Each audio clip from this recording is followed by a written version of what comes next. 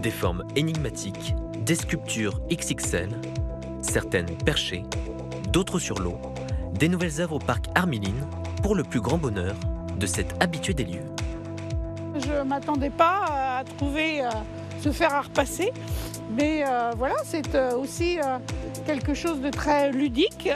En avant-première, elle découvre les 15 créations de la prochaine exposition du Parc des Arts de Châteaubourg. Parmi les nouveautés, ce crocodile qui prend vie grâce au plasticien Jean-Michel Caillebotte. Quand on tourne les volants, cette manette et cet autre levier, on actionne la queue, les paupières. Ce que j'essaie de montrer à travers cette œuvre, c'est une accessibilité aux matériaux, que de coller de l'écorce d'arbres, mais on peut trouver aussi de la quincaillerie qu'on peut trouver n'importe où. Et quelques retouches sont nécessaires. Idem dans le hangar à côté. Le Rennais Samuel Perche peaufine sa production de 3 mètres de haut, seul sélectionné pour figurer en dehors du parc. On va dire que c'est très bien ça.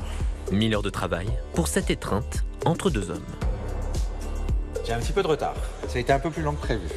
Mais ce qui est intéressant, c'est de se dire que voilà, tout mon travail autour des masculinités, autour de la culture LGBTQIA+, tout ça, je me suis dit, bah oui, en fait, les garçons aussi, ils ont besoin de plus de temps dans la salle de bain avant de sortir.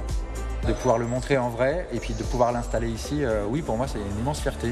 Beaucoup d'émotions, en fait.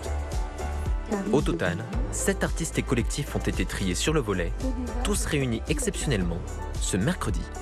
C'est pas facile de trouver des artistes qui font du monumental, parce que le parc est très grand, comme vous avez pu voir. Mais à chaque fois, on a des belles propositions, des belles candidatures, et on a des mécènes qui nous soutiennent.